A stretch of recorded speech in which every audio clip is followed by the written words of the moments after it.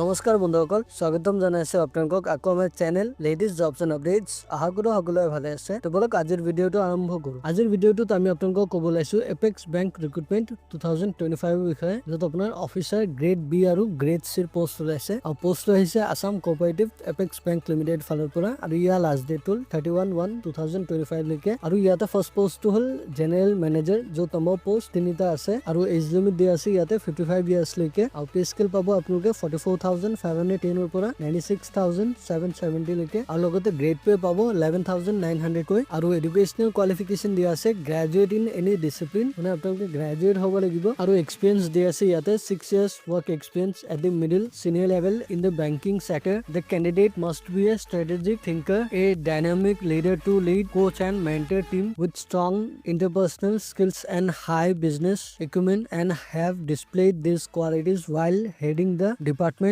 or as a senior member of the team. The candidate must have in-depth and specialized knowledge and hands-on experience in at least one or more of the following function: accounts, finance, taxation including GST, must be capable of finalizing final accounts of the bank, then loan and advance including agriculture and rural and cooperative credit, then recovery and collection including legal aspect and relevant laws, then administration and HR, then compliance, risk management and inspection. তাৰপিছত 2 number post হ'ল DY general manager, য'ত number post 4টা আছে আৰু as limit 50 years লৈকে পাব। আৰু pay scale দিয়া আছে ইয়াতে আপোনালোকৰ পে স্কেল 39,890 ৰ পৰা ষ্টাৰ্ট কৰি 92,210 পাব, প্লাছ গ্ৰেড পে পাব 10,500 কৈ। আৰু এডুকেশ্যনেল কোৱালিফিকেশ্যন দিয়া আছে ইয়াতে গ্ৰেজুৱেট হ'ব লাগিব এনি ডিচিপ্লিন। আৰু এক্সপিৰিয়েঞ্চ দিয়া আছে ইয়াতে আপোনালোকৰ প্ৰফিচিয়েঞ্চি থাকিব লাগিব পিচি স্কিলছ যেনেকে ৱৰ্ড, এক্সেল, পাৱাৰ পইণ্ট।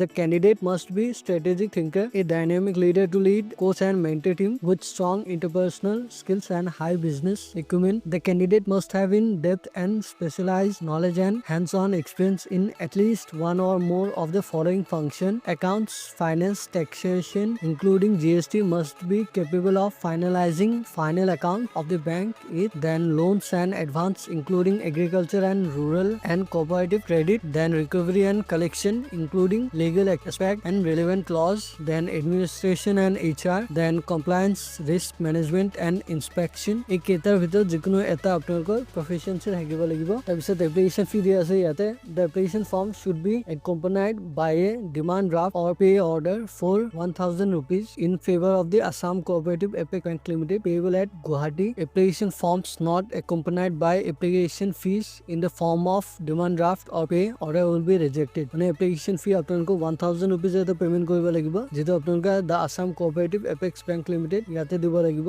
যদি আপোনালোকে উইদাউট পেমেন্ট এপ্লিকেশ্যন ফৰ্মখন পঠায় তেনেহলে আপোনালোকৰ ফৰ্ম ৰিজেক্টেড কৰা হ'ব। আৰু ইয়াতে দি আছে candidate complying with the above criteria may apply by downloading the application form from the bank website apexbankassam.com। মানে আপোনালোকৰ যদি অৰ্হতা মিলে ক্ৰাইটেৰিয়া তেনেহলে আপোনালোকে এপ্লাই কৰিব পাৰে এপ্লিকেশ্যন ফৰ্মখন ডাউনলোড কৰি। ইয়াতে ৱেবছাইট দি আছে, অথবা আপোনালোকে ডেছক্ৰিপশ্যন বক্সত লিংকটো পাব, মই লিংক দি দিম। আপোনালোকে তাতে ক্লিক কৰি ফৰ্মখন ডাউনলোড কৰি কেনে ফিল আপ কৰি এপ্লাইটো কৰি দিব পাৰিব। The application form needs to be filled up as per the instruction content therein and duly signed by the applicant। মানে আপোনালোকে as per instruction content ফৰ্মখন ফিল আপ কৰিব লাগিব আৰু আপোনালোকে সাইন কৰিব লাগিব ফৰ্মখনত। তাৰপিছত দি আছে ইয়াতে দুটা copies of recent passport size photograph দিব লাগিব, pasted on the application with signature across it। মানে দুটা পাছপোৰ্ট সাইজ ফটোগ্ৰাফ আপোনালোকে এপ্লিকেশ্যন ফৰ্মটো পেষ্ট কৰিব লাগিব, লগাব লাগিব আৰু আপোনালোকে সিগনেচাৰ দিব লাগিব হেতু এক্ৰছ কৰি। আৰু application forms accompanied by necessary enclosures have to be sent by register, speed post, hand delivery only in